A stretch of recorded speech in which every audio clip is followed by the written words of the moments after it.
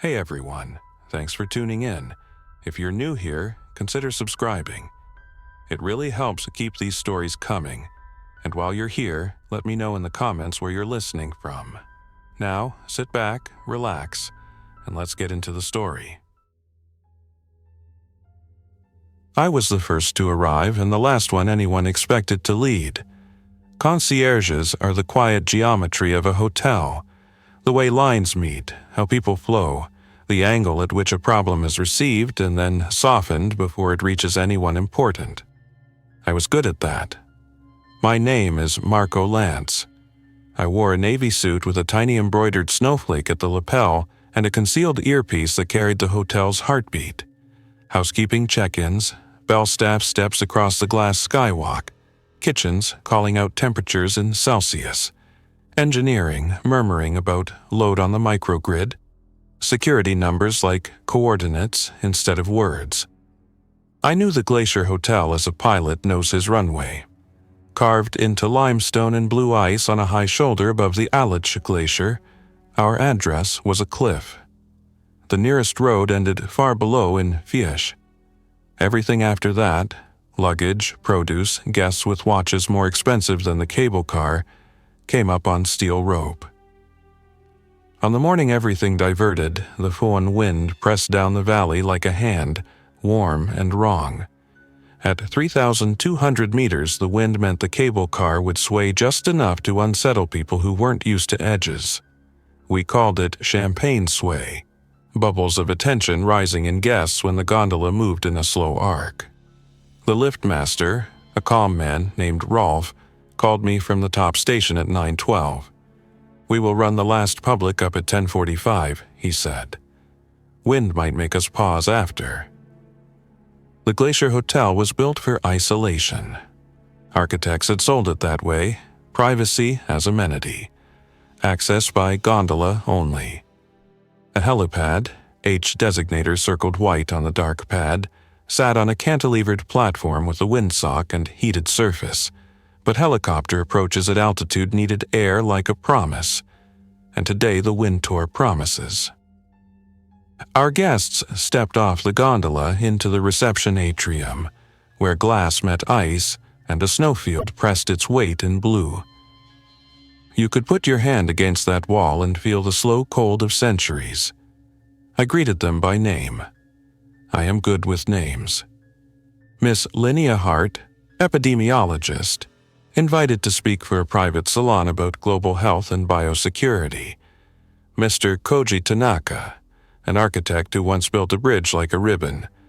Miss Miriam Al-Sayed, who owned restaurants in 3 continents and traveled with her sous chef like a shadow. Mr. Omar Haddad, energy magnate with shoulders that filled frames. Miss Yelena Moros, a retired skier and brand ambassador whose smile had once sold goggles and still sold seconds of attention, and Mr. Adrian Vale, an investor whose company portfolio was a map of cutting-edge laboratories. Vale was the kind of man who looked at rooms and saw patents. He traveled with a single matte black Pelican case and a habit of not letting porters touch it. In back of house, the hotel had bones like a ship. Decks that were floors, bulkheads that were fire doors, watertight zones that could be sealed by software. We had a building automation system, BAS, seated in a glassed-in office behind my desk, where David from engineering floated windows across the touchscreen. KNX controlled lighting. BACnet tied together air handlers and dampers. The security system watched doors with green squares that turned red when something wasn't right. The ice gallery, the most photographed element of the hotel, was a tunnel bored through compact glacial ice, walls smoothed and lit with LEDs fixed on stainless rails. In some places, the lit ice was as blue as a gas flame. Tourists loved to run their fingers along it until we politely asked them to stop. The hotel breathed through that tunnel. Air, art, and a feeling of sleeping inside a mountain's cold vocabulary. By noon, the hotel was at capacity for a private long weekend. 28 suites, all full. We had a skeleton crew for winter shoulder season. The event's organizers had paid for discretion, so we scaled down. 44 staff, concierge, reception, bell, housekeeping, engineering, security, culinary, spa, and lift liaison. We drilled monthly, evacuation, shelter in place, and the one that felt like theater, biosafety. Ever since the pandemic years, hotels kept stickers in drawers labeled hygiene theater too, but our owner didn't believe in theater. He believed in protocols that could be audited. We had HEPA units in storage and negative pressure capability in the clinic suite. We had boxes of FFP3 masks, Tyvek coveralls, goggles, and a pelican chest that looked like it should have carried something more dramatic. We never expected to use them all. The first missing check-in came at 12:43. Housekeeping failed to clear a service task on level -1, Ice Gallery West. Sophia, a housekeeper who sang while she worked, didn't answer her radio. I called her extension. It rang. It rang. Engineering pulled up a camera. The service corridor by the ice gallery showed nothing but light and a slight spill of fog over the floor like breath. Security's director, Peter Voss, an ex-military Dutchman who kept calm like an art form, sent a junior named Luke to walk the corridor. Radio every door, Peter told him, because sometimes people got lost in the grace notes of the hotel, especially in low visibility. Make sound your friend. Bowen winds grew teeth. Rolf radioed that he was stopping the line until the gusts fell below 25 m/s. 25 meters per second was our maximum wind speed for safe operation of the gondola. Anything above, and the cars would pendulum beyond our comfort math. I looked at the helipad camera. The windsock stood out straight, a flag without nation. At 13:15, Luke didn't answer his radio either. I've guided people through panic in every style it comes, the quiet kind that eats, the loud kind that wants witnesses, the efficient kind that tries to devour the checklist. When two radios go silent, panic gets efficient.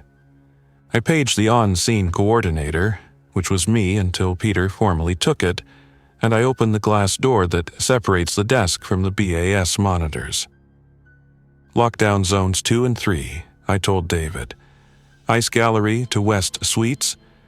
Keep fire egress free. Give me negative pressure on the clinic and spa corridor. Done, he said, hands flicking.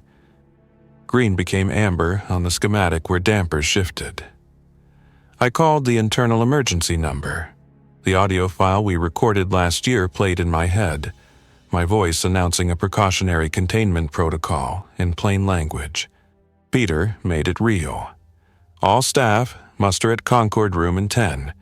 Guests, please remain in suites until a concierge visits you with instructions. This is precautionary. Precautionary is a concierge's favorite word. It's permission to be careful without admitting anything has happened.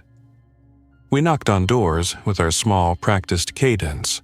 3, then 2. Good afternoon, Miss Hart. We're running a precautionary safety protocol due to wind and a radio check. Please remain in your suite. We'll bring lunch to you. If you need anything urgent, call the front desk. Miss Hart tilted her head, and I watched a professional calculate. Is this a drill? She asked. This is an exercise we run when the gondola pauses, I said. She accepted it in a way that told me she didn't. At 13:29, the clinic nurse called me. Marko, she said, voice careful. I have a porter with disorientation and chills. He says he got scraped by a guest's ring in the service lift. He's warm, heart rate elevated. He's asking where Luke went. What guest? He didn't see. It was a crowded lift, a black case in the corner. He said the guest kept touching the case. Is it Sophia's friend? Yes. Keep him in the clinic. Negative pressure is active. PPE for you. I'm sending Peter. I looked at the list of guests and thought of hands and cases. We do not accuse, we ask. We frame a question so it doesn't arrive with teeth. I called Peter's radio channel. We have a symptomatic staff member in the clinic. Gloves, goggles, FFP3, no hero work. Copy, Peter said. His voice could keep bricks from falling. At 13:38, a housekeeping cart rolled driverless across the far end of the ice gallery camera and clipped the stainless rail. The cart's wheels squealed, but didn't tip. The ice wall glittered. Then a shape stepped through the spill of fog at floor level, barefoot. It was Sophia. Her hair hung wet, and she moved as if the hallway pitched slightly, like a ship in low swell. She turned toward the camera and watched it with the particular attention of someone noticing light instead of eyes. Then she put her palms flat on the glass door and leaned her weight there until the red light over the maglock glowed and stayed. I took a breath and then another, anchoring to rituals.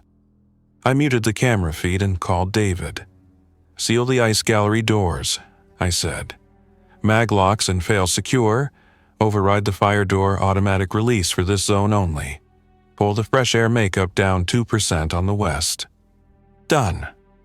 I called Miss Hart. "Dr. Hart, it's Marko. May I ask you to come to the Concord room? PPE will be provided. I need professional counsel." She didn't ask what. 3 minutes, she said. She knew professional code. If a concierge uses need without ornament, you go. The Concord room, named ironically for speed, sat at the heart of the hotel where glass framed the glacier like a painting. When I arrived, Peter was already there, suit jacket off, sleeves rolled. He wore goggles and an FFP3 mask that made him look like a careful insect. He had laid out Tyvek suits and gloves on a long table. The room's bar, brass and pale stone, looked indecently cheerful in all that preparedness. "We have one in clinic with fever," Peter said before I asked. "We have 2 missing, one on camera. Behavior is odd. We have an unknown exposure from guest contact with the case." "Any breaks?" I said. He shook his head. "Security seals on the case? No idea. The cameras in the service lift are blind by design for privacy." He exhaled, a careful, measured thing. "We're going to treat this as an infectious exposure. We will compartmentalize. We will slow down." Dr. Hart stepped in, already gloved, her hair tied in a quick knot, her eyes scanning the room like she could triage space itself. "What's the air doing?" she asked David. "Negative pressure on clinic and spa corridor. We can shift pressure to ice gallery if needed, but that pulls cold air across public hall." "What is your fresh air exchange rate?" 10 air changes per hour in public spaces. We can increase to 16 in Concord and suites." "Do so," she said. Her tone said professional, not guest. "What PPE do you have?" "Tyvek suits, FFP3 masks, face shields, nitro gloves," Peter said. "Hand sanitizer, disinfectant wipes with quats.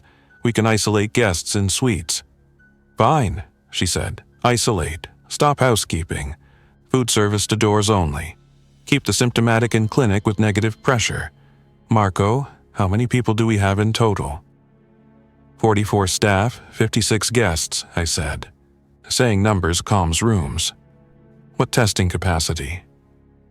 "Clinic has rapid antigen tests, but if this isn't respiratory, we're in the dark." "Assume respiratory until it isn't," she said.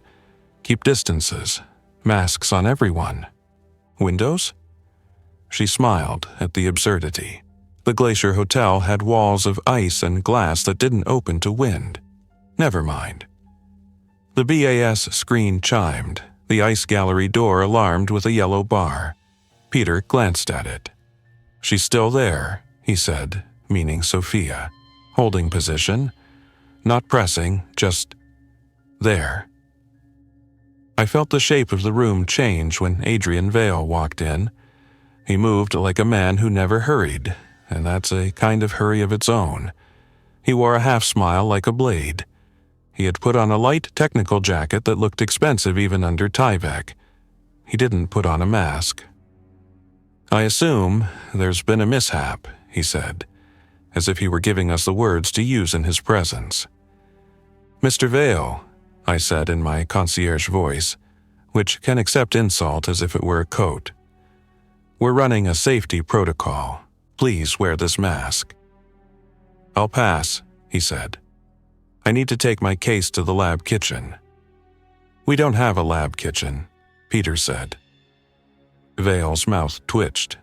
"I meant the gastronomy lab. The event I'm hosting includes a demonstration. I'd like to proceed." I walked toward him, palms visible. "We'll make sure your demonstrations proceed as soon as the wind allows the gondola to run normally," I said. "At the moment, we're managing a medical check with a staff member who is unwell. It's precautionary. Please wear the mask." He looked at Dr. Hart, let his gaze linger for a second as if he recognized her from a panel, and then put on the mask like a man agreeing to a request to humor a child. The concierge's job in a crisis is to put a loop around chaos and tie it to something familiar. A tea tray, a timetable, a voice that sounds like a good lobby on a bad day. I took our staff list and ran my finger down it. I assigned roles. Peter was incident lead for security. I took liaison and guest coordination. David had systems. Culinary pivoted to room service. Housekeeping became the logistics arm, delivering PPE and bottled water to suites. Engineering kept negative pressure zones and monitored airflow. If the virus moved like air, then we'd move air better than it.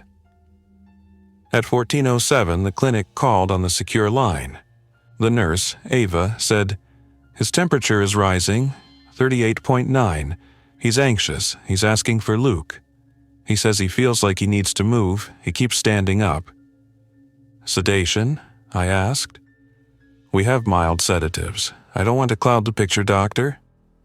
Dr. Hart shook her head. "Low-dose benzodiazepine if he's in distress. Keep him oxygenated. Monitor pulse ox." "Copy," Ava said. The porter, Jules, was 22, good with skis and smiles. He had come up from the valley 2 seasons ago and never left, the mountain having that effect. He had a habit of tapping his radio when he thought no one was looking, as if it were a talisman. I could see him in the clinic camera, sitting on the bed, hands restless, a flush on his cheeks like someone who'd sprinted in cold air. He looked at the camera once, directly, and there was a slant in his gaze that made my skin remember other winters. At 14:19, we lost the west camera feed. It didn't die, it turned. Peter swore softly. "They don't turn," he said. "They're domes, fixed with a limited motor." "The feed's being selected," David said, hands on keys. "Someone's in the security submenu." "Who has a terminal?" Peter asked. "Front desk, security office, engineering, and the tablet." He looked at me. The concierge tablet had full access in case the desk had to run the hotel when everyone else was in the field. It sat under my palm on the desk, but I hadn't touched the camera controls. "Check audit log," Peter said. On the audit screen, someone with admin privileges had used a login we didn't recognize to pivot the west camera. The login name wasn't one of ours. It looked like a default. Something you'd find on a device out of the box. "Who would know that?" David said. "Anyone with a motive and time," Peter said. "And if the motive is to blind an angle, I want that angle back." He walked to the security office with a purpose I had learned. It meant he was about to decide 3 things at once. I followed. Dr. Hart stayed in Concord with Miriam, who had arrived with bottled water and a whiteboard and started planning meals like a general moves rations.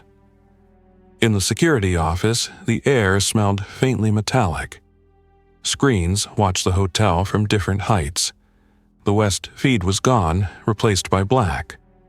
The camera's power draw remained normal, which meant it was on, but it showed us nothing. Peter opened a locked drawer and took out the small case that contained, among other things, 2 radios programmed to mountain rescue frequency, a handheld thermal camera, and a sidearm. It sat in the foam like something that belonged to a different kind of hotel. He didn't reach for it. He reached for the radio. "Rega, 161300, he said, calling the Swiss Air rescue frequency. "This is Glacier Hotel security on Alich Ridge. We have high wind, a medical situation, and a paused cable car. We request advice and possible helipad standby when wind abates." The radio hissed, and then a clear Swiss-German voice came back. "We copy Glacier Hotel. Wind condition is observed. Helipad approach not possible at this time. Please provide details on medical situation." Peter leaned on the edge of the table. "We have a staff member with fever, disorientation, and unusual behavior. We have 2 unaccounted for. We're implementing isolation. We suspect an infectious agent." "Understood," the voice said. "ComCore. We will notify Cantonal Public Health. Keep all individuals isolated. Do not attempt descent on foot. Confirm helipad coordinates, 46°24 and 8°04'E." "Confirmed," Peter said. "We'll update." We had done what we could do in minute 40 of a crisis. The hotel had a spine. We were using it. We began the part that feels like waiting but is actually work, contacting each suite, placing PPE outside doors, asking people to take their temperature and call us with numbers and feelings. Guests will tell you more if you give them 2 categories and ask for both. The numbers stayed normal. The feelings were a species of impatience familiar to people who have usually been expedited. At 15:06, Suite 1403 called. It was Vale. "Mr. Lantz," he said. First name omitted like a small tax. "I require access to the gastronomy lab. I have brought specific equipment that must be stored cold. It cannot sit in a room temperature case for hours." "We can move the case to our cold storage room," I said. "Culinary has space at 2 to 4 degrees Celsius. Our staff will do it." "My case is not to be touched," he said, "either by porters or cooks." "Then I will escort you," I said, "in PPE."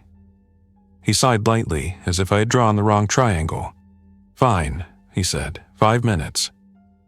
I told Peter, who gave me a long look like a calculation. "You take David," he said, "and this." He handed me a small emergency beacon that pinged our internal map. 2-man rule in secured zones. Keep line of sight, masks on, face shields. We met Vale at his door. He had put on the mask again without being asked, but wore it below his nose like a gesture, not a seal. The case stood by his feet.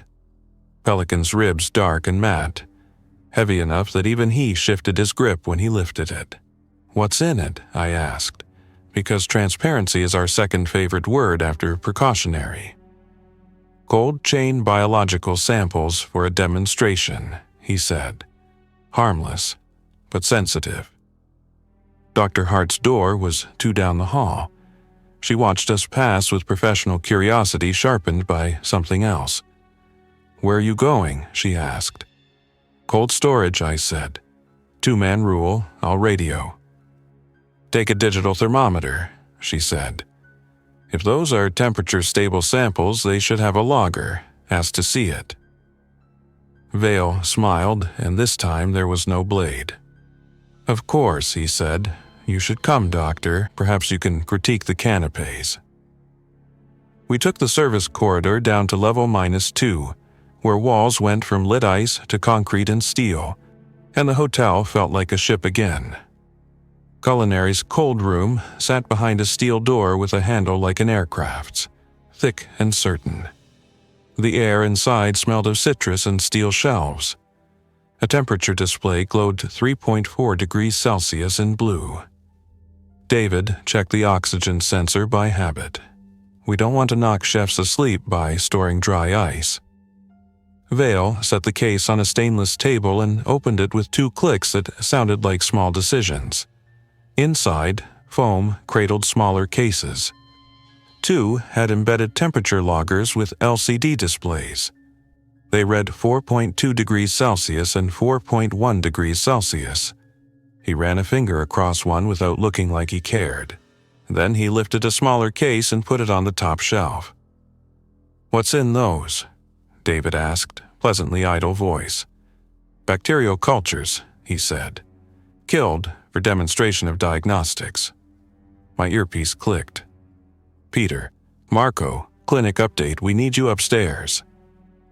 I felt a small tremor in my chest, not fear exactly, more like the note that comes before a song changes key. "We're done here," I said to Vale. "Please keep your case here. It's safer and meets your needs."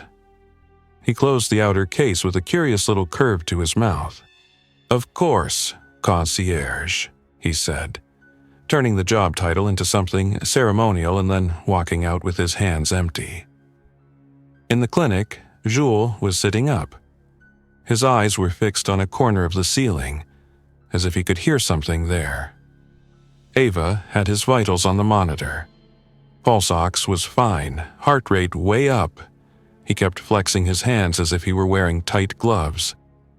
"He wants to move," Ava said. He asked twice to go help Luke. Then he stopped responding like it mattered. "Any cough?" Dr. Hart asked. Ava shook her head. Peter watched him like he was measuring distance. "Behavior?" he asked. "Attentional shift," Dr. Hart said thoughtfully. "Fixating on sound, perhaps. Light, sensory threshold changing. If this is a virus, it's not one I know." She looked at me. Isolation is our best tool. We didn't lock Jules in. We locked the world out. The clinic was negative pressure with an anteroom. 2 doors that never opened at the same time. Ava stayed with him in PPE. We posted Peter at the door for 10 minutes like a promise we could keep. At 15:41, the hotel's software made a decision we didn't tell it to make. The BAS alarmed containment mode activated Zone 3.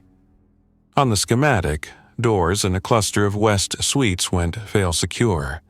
The ice gallery dampers slid closed.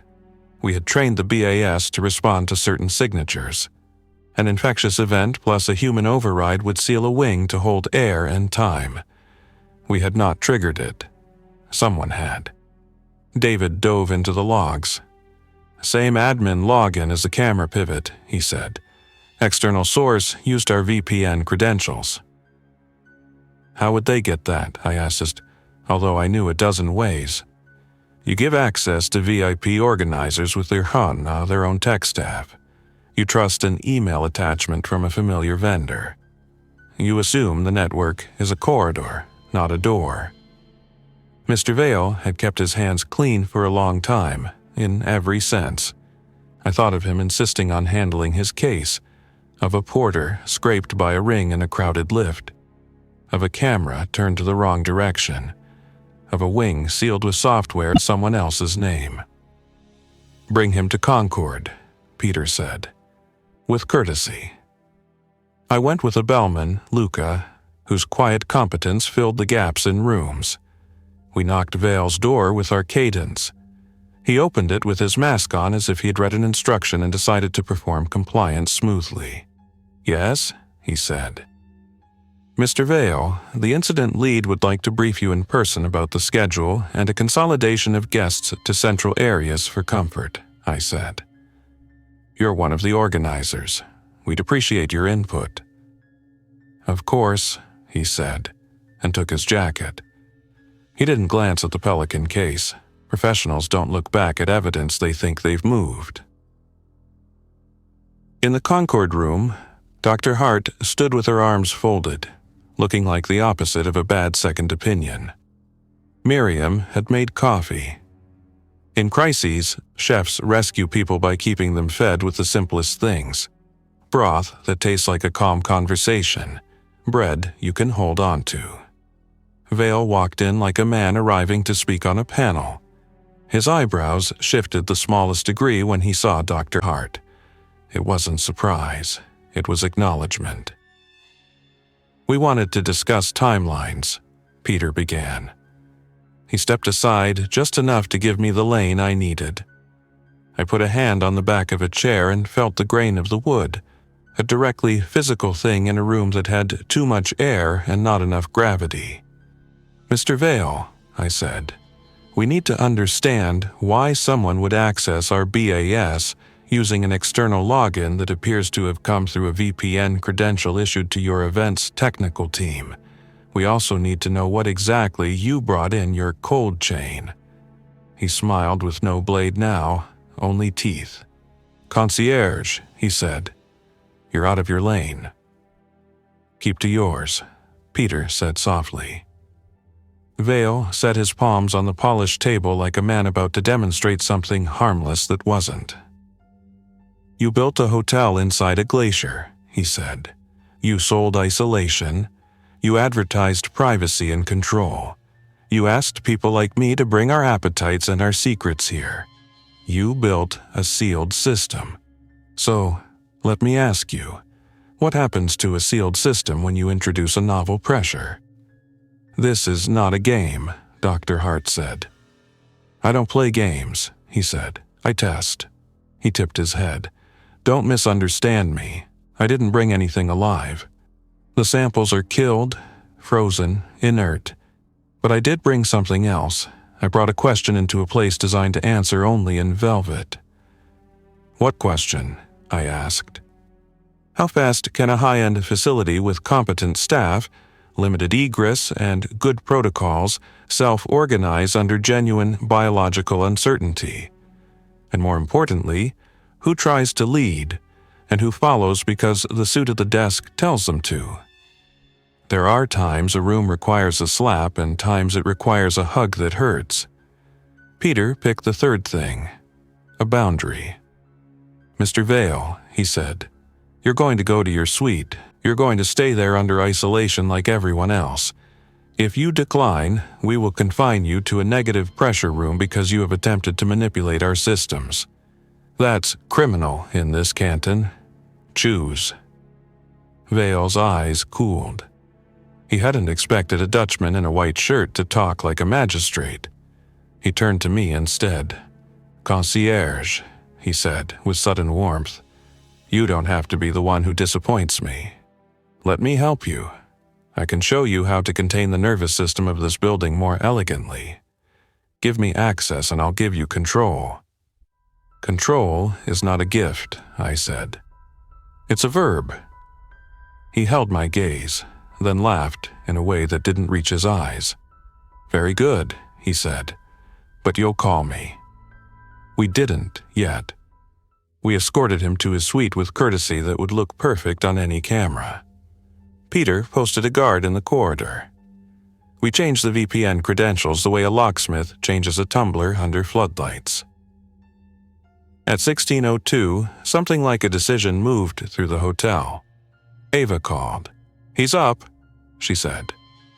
Jewel had stood and walked to the clinic door, not frenzied, not flailing, simply moving with all the irrelevant edges of that motion stripped away.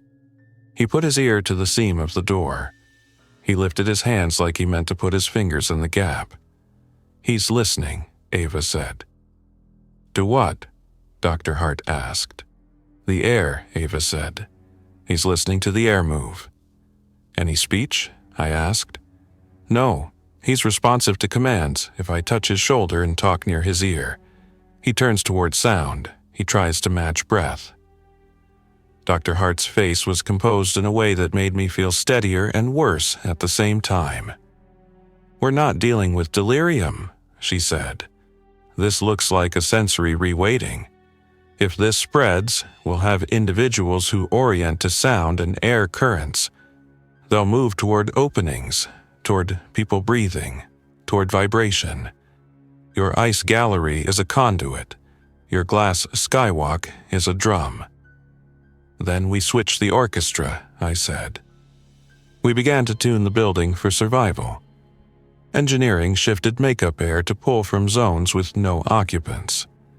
We used the spa's sound system to play low-frequency sounds at the far ends of empty corridors, drawing attention away from suites. We put portable HEPA units in the hallways so the air flowed toward them like rivers to a sea. We taped over door seams with gaffer tape where we could without compromising egress. We had guests turn off bathroom fans. We told them to breathe quietly if that could be a thing. Then we conscripted luxury into utility. We took the spa's supply of Tyvek and made color-coded kits. We used the gastronomy lab's vacuum sealer to bag a set for each suite. We used the photo printer from the boutique to print instruction cards with calm fonts. We found a language we could use without saying terror. Quiet, still, wait, listen to your feet on the carpet, call before you do anything that makes wind. At 1712, we had our second symptomatic case, a dishwasher from the kitchen. A man named Dario with forearms like cables and a habit of whistling 2 bars of the same tune while he stacked plates. He had no scrape. He had delivered trays to the West Suites an hour ago. His expression met the camera like a child hearing a song in the wrong key. We moved him to the clinic. Negative pressure held the room like a hand. The sun moved down the ridge. The glass skywalk turned amber. The glacier caught the light the way memory catches last good things. The wind flattened the windsock and then, briefly, let it sag. Rolf called, "We have a window. We can run 1 car to bottom and 1 to top. We have to do it now." We had rehearsed this, a split operation. 1 gondola parked at the top station, 1 at the bottom, line paused between them. Rolf could send 1 car down with staff to bring back emergency supplies while the other waited to descend empty to bring up gear.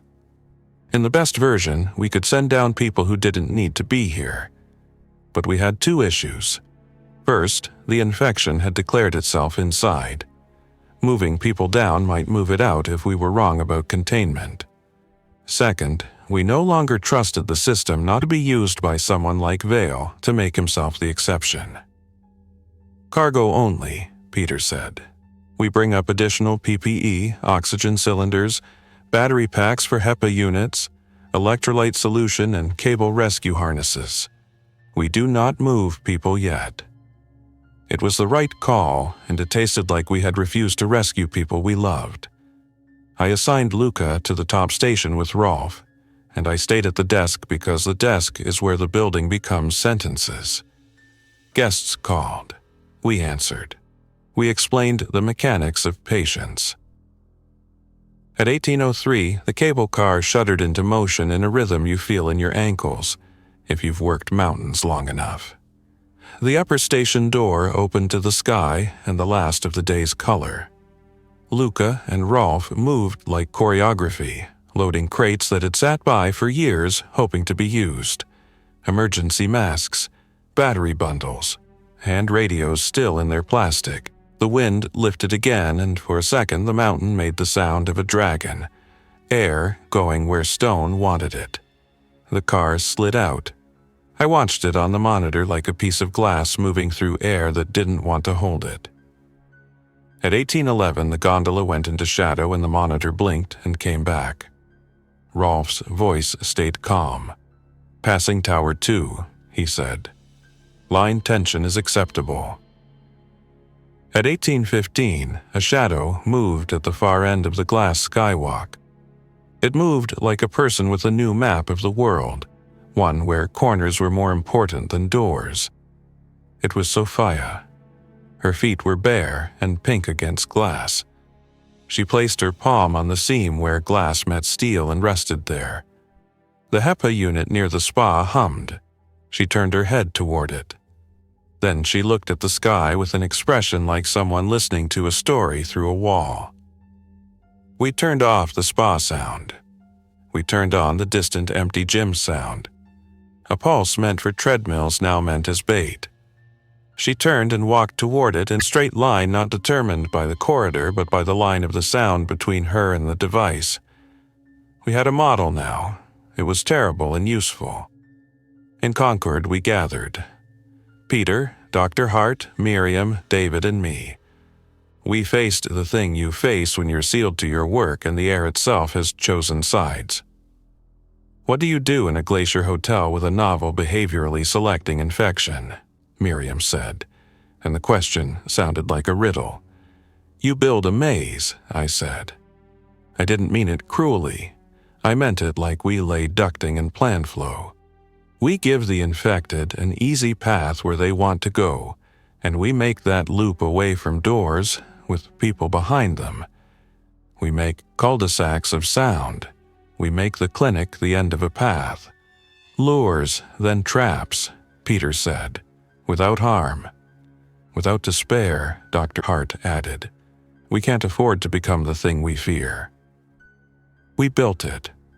Engineering shifted the building's small muscles, and we shifted the big ones with arrays of portable speakers and the spa's sound systems. We used low-frequency hums like generators to draw attention into the ice gallery, where we could reduce the air temperature and slow people without hurting them. We put bright light at the end of the gallery, Antarctic white, and softer light in every other space. We made the routes to suites dull, the routes to our dead end purposeful. By 19 o'clock, 4 more staff had developed low-grade fever and the same narrowed attention. None had visible injuries. Exposure times overlapped around the West Suite's delivery window. The infection moved faster than we wanted, and in a pattern we could map. Proximity plus air. Communication remained possible early in symptoms. After an hour, speech declined into something that had the cadence of words without their shape. I heard Jules try to say Luke and make only the L and breath at the end. At 19:30, Rolf's voice came, thinner, carrying wind. We're at bottom, he said. We have cargo on. We will depart in 2, wind swinging. Copy, I said, and my voice sounded like a good lobby on a bad day. Safe return. In suite 1403, Vale called again. Concierge, he said, using my title like a lever. You've made a smart system. I admire it, but you're missing your exit. You have a service tunnel from the cold room to the cable tower for maintenance. If you use that tunnel, you can reach the rescue cradle at Tower 3. Mr. Vale, I said politely, you've been studying our maps. I study leverage, he said. I told you, I brought a question. I'll give you an answer. Let me help control your bass properly and I'll earn my keep. Why? I asked. I let the silence open like a trap door. People who need to talk will fill it with usable truths. Because I am not suicidal, he said simply. And because if this place ends up a story, I would like to be in the version where I am named as someone who saved it, not someone who made it interesting. Stay in your suite, I said. We'll call you. I hung up and looked at Peter. He's not entirely lying, I said. There's a maintenance duct from cold storage to the tower. It's narrow. It was built for cable inspection and to move lines when we rehabbed the service lift. The rescue cradle docks at Tower 3. Wind, Peter said. Night, low visibility. We have harnesses, I said. We have headlamps. We have Petzl microtraxients and static line. We have mountaineers on staff. We can string a guideline and move 2 at a time. We could put 3 of our uninfected staff at the cradle and bring it along the track to the hotel. Or lose them, Dr. Hart said quietly. If you send your best into the wind, you risk the rest. We made a small bad decision, and it was the right one for that hour. We would postpone the rescue cradle attempt until dawn, when the wind sometimes lays down. We would use the night to stabilize, to map, to hope the pattern didn't widen. We would never admit we were hoping to each other. By 2012, the ice gallery had 3 people in it. Sophia, Dario, and a man I didn't know at first, and then did, because he moved with the dancer's economy. It was Yelena's assistant, a young man named Petar who had filmed her for a ski brand earlier in the day, and then disappeared to get drone shots of the ridge. His eyes were luminous and empty of everything but light. They paced near the cold white lamp like moths finding a winter without fire. At 20:30, we heard the sound that makes mountain professionals look at each other and count 1, 2, 3, and then stop because the rhythm is wrong. It was the cable car on the line above our heads, beating time against wind. Rolf's voice came broken. Passing Tower 3, wind shift, hold on, hold. Then the radio flattened into a frequency that sounded like the mountain breathing. The car came into view on the monitor, swinging. In the frame's edge, a vertical line. The haul rope, a taut black curve. The car moved like a pendulum, then settled, then shivered. Line brakes? David asked. On, Rolf said, voice small and brave. We will wait for the lull. I thought of the rescue cradle at Tower 3. I thought of Vale's smile. I thought of the maintenance duct and the way it was built. Sealed, narrow, easy to defend from air but hard to cross if someone waited at the other end and listened to your breath.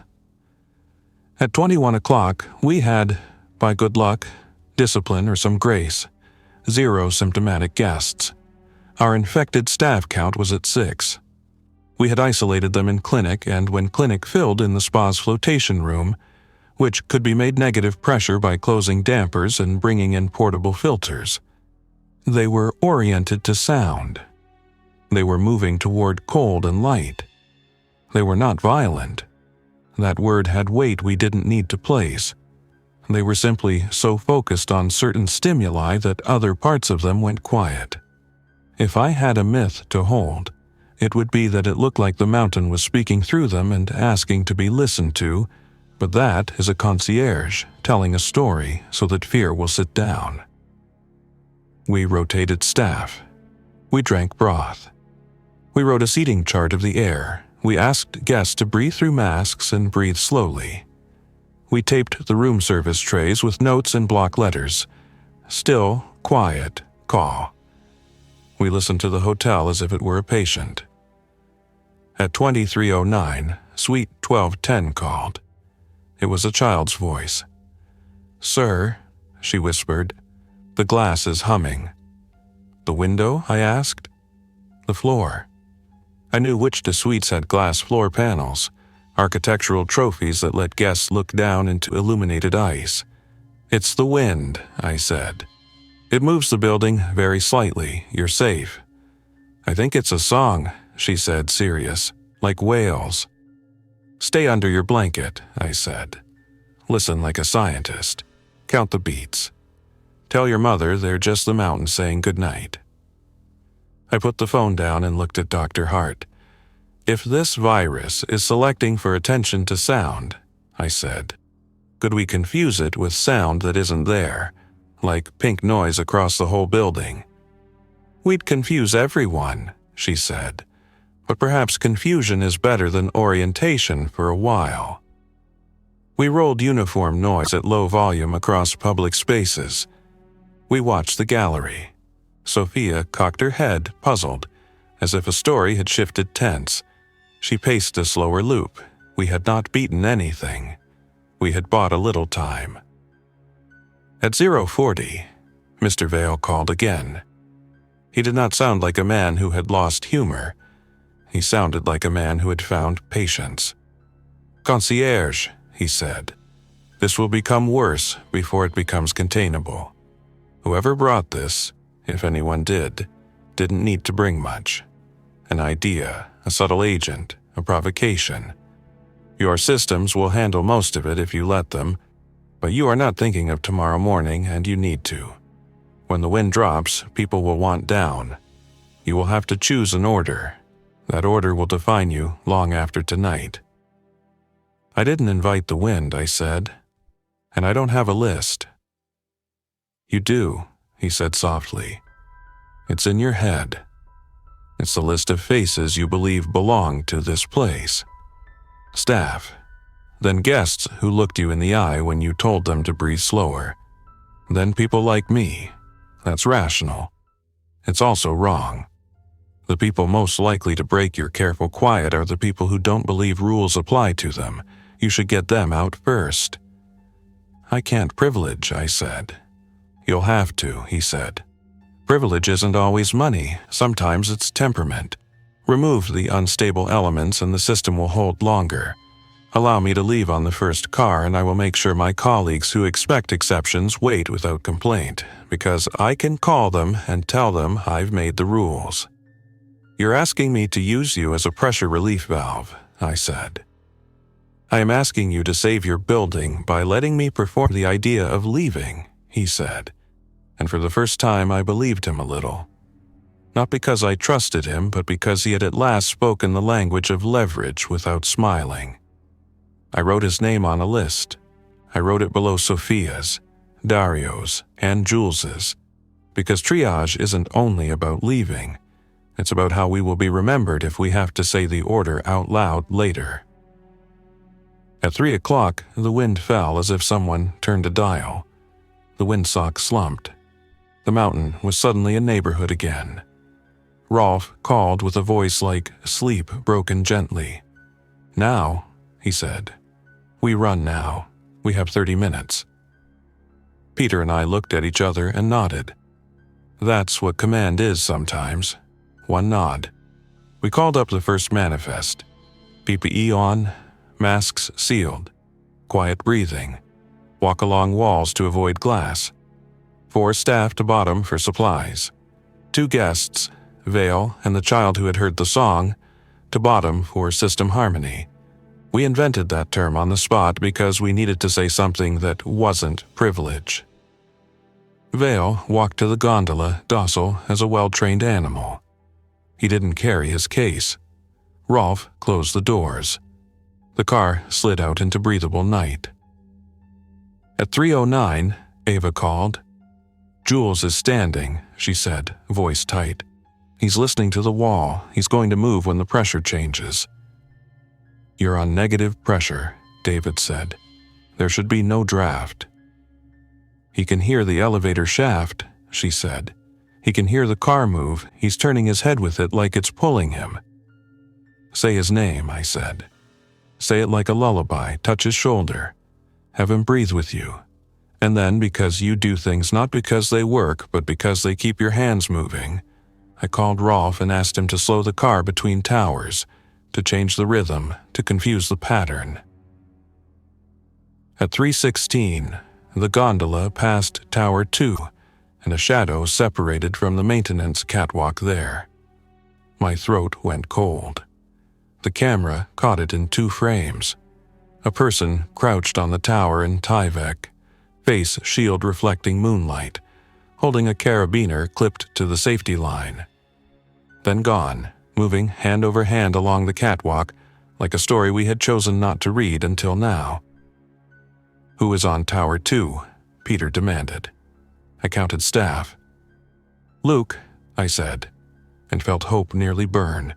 We had thought him missing. He was there, outside, moving like a man who had decided the air was a kind of water he could swim in if he learned the current. He reached the rescue cradle dock at Tower 2 and began to move it, hand over hand, towards Tower 3. He had a headlamp and a reason. "Luke," I called on radio, "this is Marko. Do not approach. Hold at Tower 2. The wind is down now. We can run the line. We will take you from the tower with the car once we pass." The radio crackled. When he spoke, words came in halves. "I hear it," he said, "in the rails. It hums inside my teeth." "He's showing early signs," Dr. Hart said softly, "but he's still reachable." "Luke," I said, "count to 10 with me, then count down. We will make the hum quiet when the car gets closer. Watch the car. Breathe when it breathes." He counted, and I counted, and the car reached Tower 2, and for a moment I believed in a version where stories obey math. Rolf opened the door, clipped a safety line, reached out his hand with a harness like an invitation, and Luke took it. At 3:21, the gondola reached Tower 3. The rescue cradle docked there looked like a metal crib. In the maintenance duct below us, cold air moved toward tower. On the ice gallery camera, Sophia cocked her head and took 2 steps toward a door, then stopped, turned, and walked back to the bright white. At 3:22, a door alarmed. Cold storage. We had left it closed and sealed. Now it was open. I saw the pelican case on the floor, lit up like a question. A smaller case was missing. "Kitchen," Peter said into his radio, voice clipped. "Seal cold storage. 2-man rule.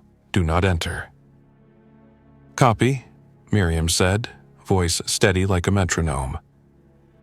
My phone buzzed. A message from an unknown number. A photo. It showed the smaller case, open on a glass table. Inside, a strip of lateral flow tests, like pregnancy tests for diseases. A note in Vale's handwriting. "You will need these in 6 hours. Stay ahead of the curve." "He took diagnostics," Dr. Hart said. "He's going to the bottom station lab. He's going to run tests." "He could be running a story," Peter said. "He could be both," she said. "Let him. If he can tell us anything about what this is, I'll take truth from a man I don't trust." At 3:30, the gondola slid into the bottom station. Cameras showed daylight beginning somewhere far over in Italy, a hint of it. Vale stepped out, turned, and lifted his phone as if to take a photo, and instead took control. He spoke to someone I couldn't see with the easy confidence of a man who had always believed microphones should be his. The child held her mother's hand and looked up at a plastic model of the cable car in the station like this was all a museum. We ran 3 more cycles. We kept the lures humming. We held the pressure steady. We kept the clinic door closed. We watched the mountain's breath. At 6:12, when pale light made the glacier look like a sheet you could lift, Vale texted me again. It was a photo of a rapid test cassette with 2 lines faint as ghosts. The caption, "Not flu, not RSV, not what you fear. Something else. Symptomatic window 24 HRs. Behavioral first, fever next. You're buying time. Keep air slow." He wrote, "Treat sound like smoke." Dr. Hart read it and nodded despite herself.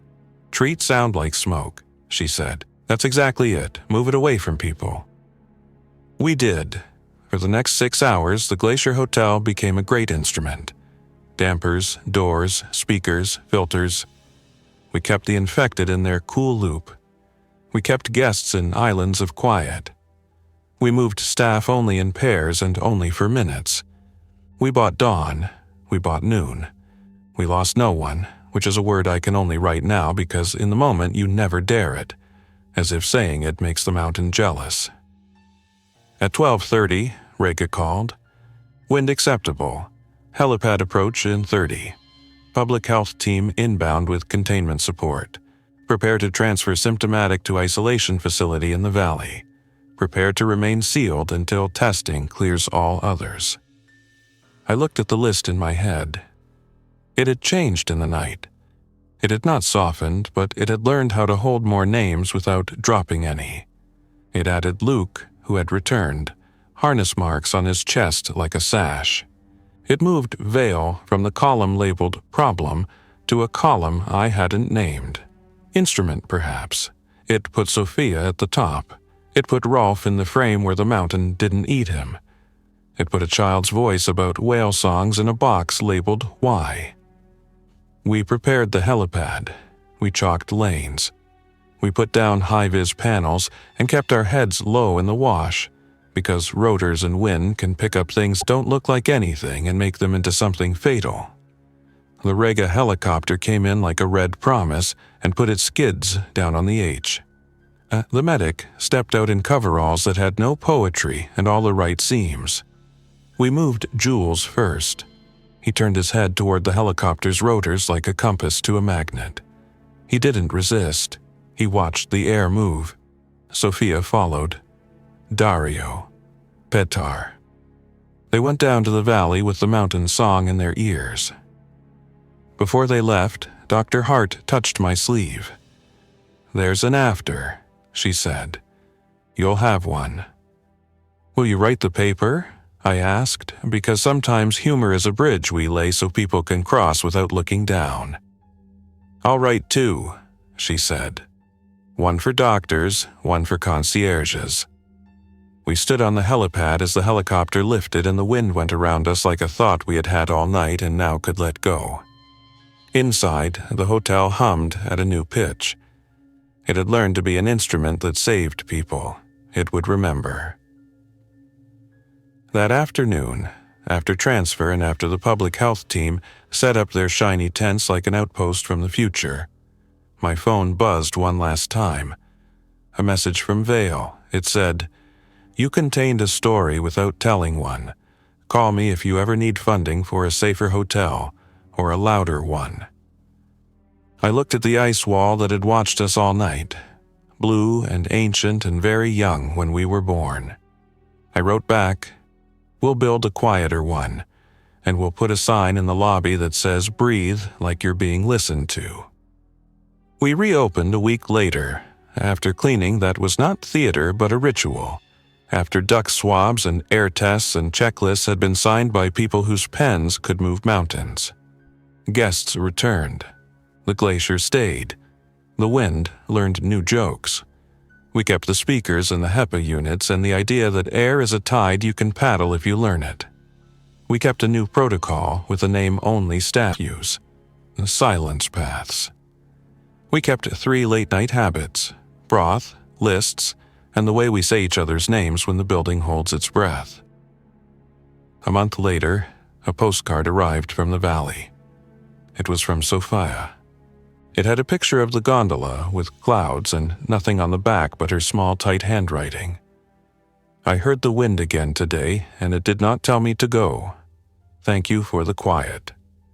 I pinned it behind the desk where only staff could see. That is where a story belongs after you've survived it. Close enough to touch when you need it. Quiet enough not to make the building sing when it shouldn't. On some mornings before the first gondola, I step into the ice gallery with the lights still down, so the blue is not a color yet, but a temperature. I stand and listen, counting the sound of air like a scientist, like a concierge, like someone who knows that the songs we ignore are sometimes the ones that can hurt us most. And when a guest asks me why the Glacier Hotel feels so calm even when the wind tries to make it complicated, I tell them we learn to treat sound like smoke and to carry it away from where our people breathe. I don't tell them that one night we were sealed in, with no way down and no way out, and that we got through by being the music inside our own walls. I don't have to. The building remembers for us. Thanks for listening. If you enjoyed this story, don't forget to like and subscribe. Your support keeps these creepypastas coming. Until next time, stay alert, stay safe, and never ignore the feeling that something is watching.